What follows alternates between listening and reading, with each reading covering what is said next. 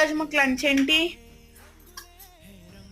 Hi friends, పొద్దున్నే పిల్లలకైతే లంచ్కి ఏమేం చేశానంటే ఫస్ట్ వచ్చి వంకాయ పుల్లగూర చేసి అన్నం కలిపేసి క్యారీకి అయితే ఇలా సర్ది పెడుతున్నా.